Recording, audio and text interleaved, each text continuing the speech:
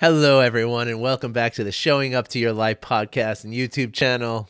Little camera adjustment. My name is Art Burns, and I'm really excited to be here with you today. And, it's my Friday, right? Sunday is my Friday. Your Sunday, my Friday. So it's so strange that you and I are living such different. And I don't know when you're listening to this podcast, of course, or watching this video, but I think it's just so fascinating that, today is the ending of my week, and it's the, just kind of beginning of your week. It's even the pre-beginning of your week. And so that's really kind of an interesting thing. And I just really always love that sort of dynamic, and I think it's really beautiful that, when we can kind of recognize that this is happening to all kinds of people out there, right? And it's something that that actually, before we get into what we're going to talk about today, this is really an interesting point. My wife talks about this a lot. She's in a retail business. She works at a health food store, right? And a lot of times, if she's like on the register one day, she doesn't work as a cashier all the time. She's like manages a department. She used to manage the store, whatever. But sometimes she is on the register. And what she says is that, anytime it's like Friday or Saturday and she's on the register, people come in and they're like, oh, it's the weekend. Finally, I'm so excited. It's the weekend. And she's like, yeah, it's my Monday, or I'm at work, and so it's really interesting and I think this is another kind of level at which we can, try to have empathy for people and try to really, hold that empathic awareness of what other people are going through, right? That everybody has different schedules, just like everybody has different, kind of preferences and things that make them joyful and things that make them sorrowful. Everybody's got their own existence, their own experience that's happening moment by moment, right? And so that's a very important thing to kind of remember and remind ourselves, right? That I am, not everybody is feeling what I'm feeling. Not everybody is going through what I'm going through. Whether that's I'm going through something very happy or I'm going through something very difficult, right? Who I meet, they're going through their own thing. And that might be very pleasurable or very difficult, right? And so it's a very helpful and important thing to recognize and to kind of keep in mind and remind ourselves that yeah, it's different for everyone. And everyone you meet. I just saw somebody posted on social media yesterday this beautiful quote. I forget who it was that had the quote, but the quote was that every pair of eyes that you look into has endured something that you couldn't even fathom. Right? Isn't that beautiful? And it's true, right? It's very true.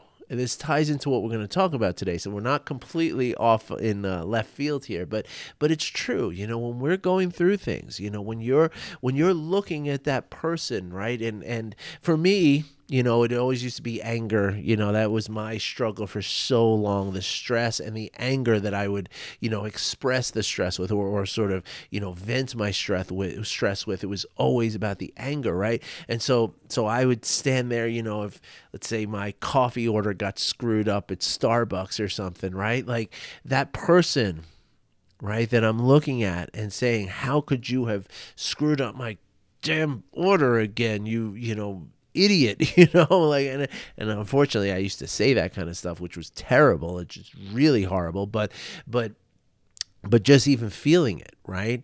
It would have served me very, very well back then to have, really looked into the eyes of that young person who made a simple mistake, right? Look into their eyes and realize that, maybe the reason they made the mistake was because something horrible has happened in their life, and that's the point, right? We truly never know what somebody's going through, right? Like you might be standing there yelling at somebody for putting the wrong kind of milk, soy milk instead of almond milk, you horrible human being, right? And but at the same time, that person that you're, if you're like I used to be, that you're actually yelling at this person, right? I mean, maybe they lost someone in their life, maybe, maybe they're a family member just passed away. Maybe they lost their pet. Maybe they don't know how they're going to pay their rent. Maybe they don't know how they're going to, feed their child, right? Or maybe it's just that they're suffering from years and years of trauma. Or maybe they're just suffering from their own stress and their own depression and their own anxiety, right? And maybe that's why they made the mistake, right? Maybe that's why the person, who seems like they're just too lazy to do something, maybe that something is just so hard for them to do, right?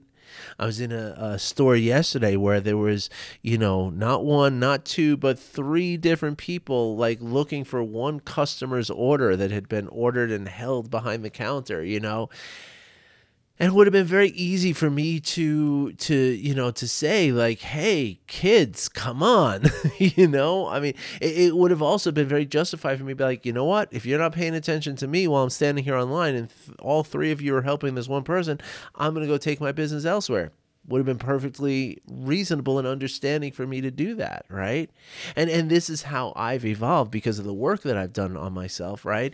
Instead of doing that, I recognize that, well, maybe there's a reason for this, right? Maybe these kids are being told to do what they're doing, right? And maybe I should just, be patient and hope that they get done quickly.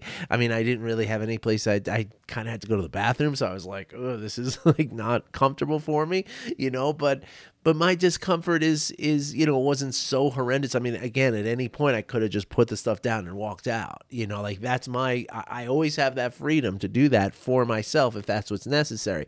But even doing that, I don't have to, as I would have in the past, I don't have to like tell them how I feel about how horrible they're doing at their customer service job, because that's what I used to do. And then sure enough, right, when I saw that, when finally the manager, who was the 3rd person, right, got involved, first there were 2 kids like running around, the only 2 kids at the registers, and the manager got done whatever he was doing at this other register, and he came over. And the thing that he said to these kids was really, really telling. And it's telling because I recognize myself in this guy, right? When I used to manage people, he said something very rude and very, kind of unkind, in front of several customers, right? And what he said was he said, what, do both of you need to get your eyes checked? The order's right here.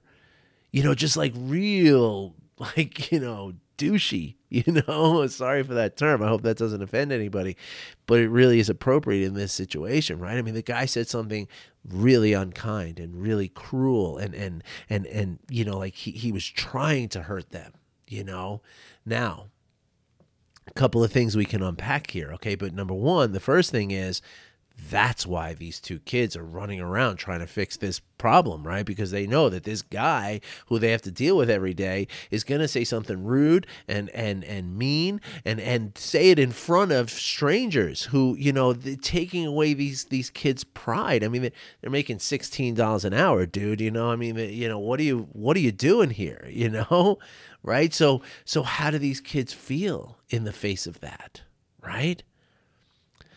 But then furthermore, right, it would have been also very easy for me to get upset with the guy, and there were times in my past where, when I owned this bagel shop and there were kids that would be tripping over each other and doing silly and, not really bright things. And I would say something like that manager said and then say it in front of people. And once in a while, a customer would confront me about it. A customer would be like, would you like to talk to me that way? Or even I had one person who called back and says, you're either going to start respecting your employees or we're going to start disrespecting you. I mean, and I'm glad that they did that, but the thing is that they didn't know what I was going through, right? Not that it justifies the behavior, right? But these people who felt like they were going to be the moral police and the savior of these young children, which again, beautiful that they think that that's a role that they can play and that they try to help that, right? But as I'm standing there, maybe I'm tempted to say something like that to the guy to, like, knock him down a peg or two, put him in his place, right? But that begs the question again, what is that guy going through? What's up with him? Does he go home to a lonely house and with no plants, no pets? I mean, or does he go home to an ailing mother and that he has to, or an ailing father, and he's got to give his parents a sponge bath and change their undergarments? We have no idea what people are going through. We have no idea. And so that's why, as the Dalai Lama says, whenever possible, be kind. It's always possible. Right? And remember, again, you always have the right, and I'm not saying that you have to sacrifice, if you don't have the time and this customer service thing is not, performing and getting you on your way the way that you need to happen, well, then you have every right to simply say, I'm not going to I'm not going to engage in this, and I'm just going to put this stuff back or leave it here. You can put it back when you're done with this whole thing. I'm going to go to a different store. You always have that choice, right? That does not require unkindness, right? You can still be kind and look out for yourself is my point, right? And so this ties into, I'm going to drink a little tea here because I'm quite tired today. I just want to let you all know that. I got a lot of busy day today too. But anyway, so what I wanted to talk about today, right, is, as you all know, and I really want to tell you how much I appreciate the fact that I have been able to, like I said the other day, I feel like you are my therapist, because the reality is that I'm doing this work on myself, right? But to be able to be here and to be able to express myself to you is very helpful for me. It's very therapeutic for me. Okay, so I want you to know that. And I want to thank you again for that, right? Thank you for being here every day and listening to me and giving me this space to share this, right? And so as you know, I have been working on my own trauma. Right. And I've been honoring my trauma, and I've been, kind of trying to understand my trauma. Right. And again, just doing the work. Right. Now, here's the thing. Right. Before I go any further with this. OK, because this is very, very important. OK. When I say that I'm doing the work on myself. Right. That is coming from the place of having 10 years of mindfulness practice in front of me or behind me, right? I've done 10 years of practice, right? And so that is the reason why I am able to go into my trauma and really look at it and embrace it and really call it up and work with it. Okay, because here's the thing, as Dr. Van der Kolk talks about in this wonderful book I'm reading, the Body Keeps the Score, okay, which is all about trauma and healing from trauma and understanding trauma, right? The thing that he says throughout the whole book is how important mindfulness is to the ability to deal with our trauma, right? Because what we must be able to do in order to face our trauma, especially if we must be able to do this if you're going to face your trauma without professional help. Okay, with professional help, the strategy changes, right? But if you don't have access to professional help, either because of insurance issues or time issues, which it's both for me, right? You got to be careful, okay? Because going into your trauma is going to be a very scary and potentially very damaging thing. Okay, now I'm not telling you don't do it. I'm telling you got to be careful. And the reason why I am able to do this and do it safely, and I'm completely safe. The reason for this is because, as Dr. Bessel van der Kolk talks about, is that, what must happen with the healing of trauma is and this is where mindfulness comes in, is the ability to see the emotions and the thoughts and the physical sensations and be able to be present with them without attaching to them, right? To be able to hold these things out here and see them in a third person kind of detachment, right? And that is what I have been practicing for 10 years. And so that's why I am very, very capable at doing that, okay? So be careful. Okay. And as I've said here before, and seriously, like I was talking to my wife about this last night. I think it would be such an amazing thing if I could find a therapist or a group of therapists who work in trauma. So if you know anybody, and I could team up with them, right? Because the ideal situation is to be practicing mindfulness, perhaps with a coach, at the same time as doing therapy. Or as my wife came up last night, she said that everybody should go through like 2 months of mindfulness coaching before starting therapy. And that would be really, really helpful, right? Because again, as I just love his first name, Bessel. I mean, isn't that an amazing name? But as Bessel, Dr. Bessel says, Dr. Vanderkolk says, that it's just so vital to be able to ground yourself in the present moment and to be able to see the emotions and the physical sensations, because that's what trauma is, right? It's living in our body, not just in our thoughts, right? The body creates the thoughts. We've talked about that here, right? And it creates the emotions, right? The thoughts create the emotions create the body creates the thoughts creates the emotions. It's a cycle. And it can be a vicious cycle. It can be a very damaging and difficult cycle for someone who's dealing with a serious level of trauma from their past, right? Now, trauma comes in all different ways, as we've talked about, right? There are and all different methods will help depending on the trauma that you have. For instance, EMDR therapy, right? Which is a way that you're moving your eye, where you think about what's happening, but you're watching somebody's finger, and so you can move your eye as you're thinking about it. This is very therapeutic if somebody has experienced trauma as an adult. But if they experience trauma as a child, this is not going to be effective at all, really. That's what the numbers show. That's what the research shows. So it's very, very complex, very complex. And so this is really very, very like what I'm doing is not what most people should be doing, right? You should, if you have access to health care, if you have insurance, you have access to psychological health care, go get the psychological health care to deal with your trauma, okay? But what I wanted to share with you today, right, in the 12 minutes we have left, the unofficial 11 and a half minutes, I like to keep these around 30 minutes, but anyway, not that it's neither here nor there. I mean, some are shorter, some are longer, so it's not a big deal. But anyway, in the time that we have left, I wanted to talk about, how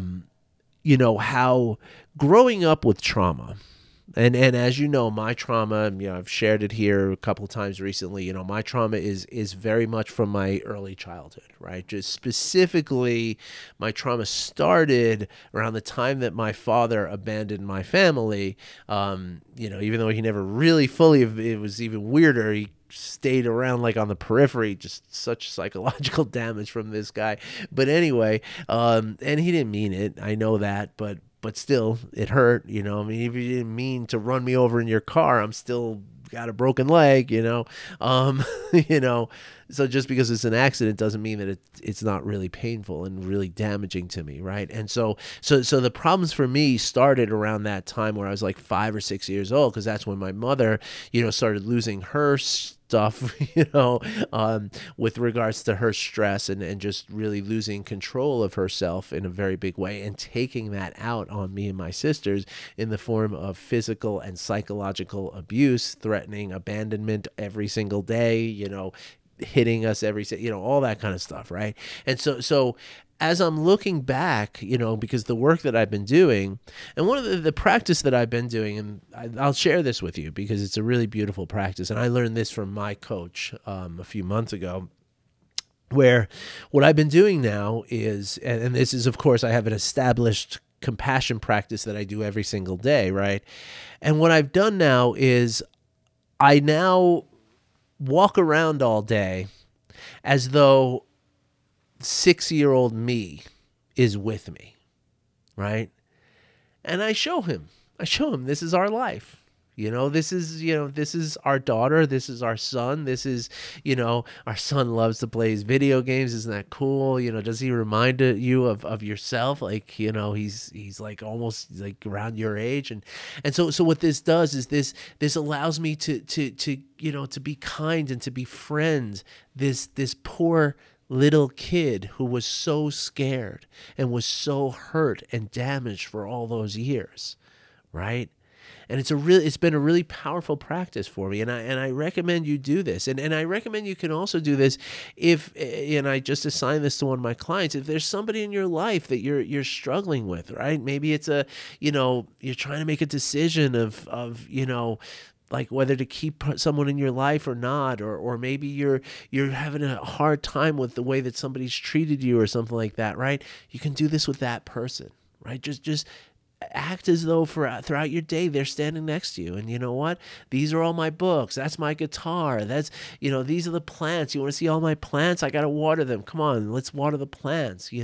Look at the beautiful little crystal tree that our daughter got us for Father's Day. That kind of stuff, and it's been just such a beautiful growth. And the reason I bring this up, aside from hopefully, inspiring you to maybe do a practice like this, but the other reason I bring this up is because, all these years, right, throughout my entire, again, from like around 6 years old right through, a few years ago, so you're talking about 40 some odd years, I always thought that there was something wrong with me. I always thought that it was like, and again, going back to these people that I saw at AutoZone yesterday when I was buying my oil filter, like, the things that we experience, right? The trauma that we endure, but also just the stress and the emotional reactivity that we might be struggling with, right? It impacts our abilities. It impacts our abilities just to interact with life, right? And so when I grew up, I always felt like I had all these things that I just wasn't good at, like I wasn't, socially, I always felt like an oddball. I always felt like I just couldn't relate to people. I always felt like, I couldn't, I couldn't finish projects. I just struggled in so many different ways, right? And the thought that I had throughout that whole time was that there's something wrong with me, right? And of course, this was compounded because my father was always telling me, and my mother was always telling me, there's something wrong with you, So it wasn't just in my head, of course, but the fact is, I just recently saw this film, and I think I mentioned this the other day. This film that made with Dr. Gabor Mate, called "The Wisdom of Trauma," and when there was one woman in this book or in this film rather, who works with prisons in trying to help people who are in prison, because every single one of them is traumatized. It's all trauma. The system is trauma. The people working in the prisons are traumatized. It's a really deep issue. And so one of the things that this woman said that just like it pierced my heart when she said this, right? Because I really, not only do I feel it for you and for my wife and for all the prisoners and everybody, but I felt it so strongly for myself too, right? That is what she said, is that we have to start looking at ourselves as, in terms of what happened to us, as opposed to what's wrong with us, right? Because the reality is that yes, I had all these difficulties, right? I had social difficulties. I had hygiene difficulties. I had difficulties with keeping my weight down. I, always had weight issues since I was 6 years old or so, I had trouble keeping friendships. I was terrible with girls. I was afraid of sex. I was afraid of all kinds of things in my life. And I always thought that this was some kind of flaw of mine. that I'm just broken. And well, that's true, but that I'm flawed and I'm defective somehow. But the reality is that I was broken. But I was broken because of something that happened to me, right? Now, again, I know that they didn't mean to do it all, right? I know that my mom was trying to be a caring mother, and she thought that somehow this discipline was what she thought she was supposed to do. But again, I've told you also that her father used to use the strap, and just like take off his belt and, leave some welt. So my mother was a deeply traumatized person. So it's not anger, right? It's not resentment. It's just pain, And it's when I'm able to look at my trauma, which again, you might need to do with a therapist, right? And there's a certain point to which I can help you, but I'm not a therapist, right? So I can give you the tools for the here and now to help you deal with the trauma. But understanding the trauma is what's going to help you to understand that all those years that you might have thought that there was something wrong with you, that you were somehow flawed, that the reality is that it was because of what happened to you, not because of what was wrong with you. I hope you enjoyed today's episode. Actually, I thought we were going to go long, but we actually short, which is okay, right? Happy Friday to me. I hope you enjoyed this episode. I hope it resonates with you. I hope it gives you something, okay? And if you'd like to talk about this, okay, even if it's talking about how to find a therapist, and if you can't find a therapist, come to me. Okay. Or if you can't afford a therapist, you don't have insurance like I do, come to me. I'm learning enough to keep us safe and help you to some extent to understand your trauma and understand that it's not that there's something wrong with you. It's something that happened to you, and I can help you with it. Okay. Link in the description if you want. All right. Thanks for listening. Thanks for watching. I'll see you all in a few days. Enjoy your time. Talk to you soon.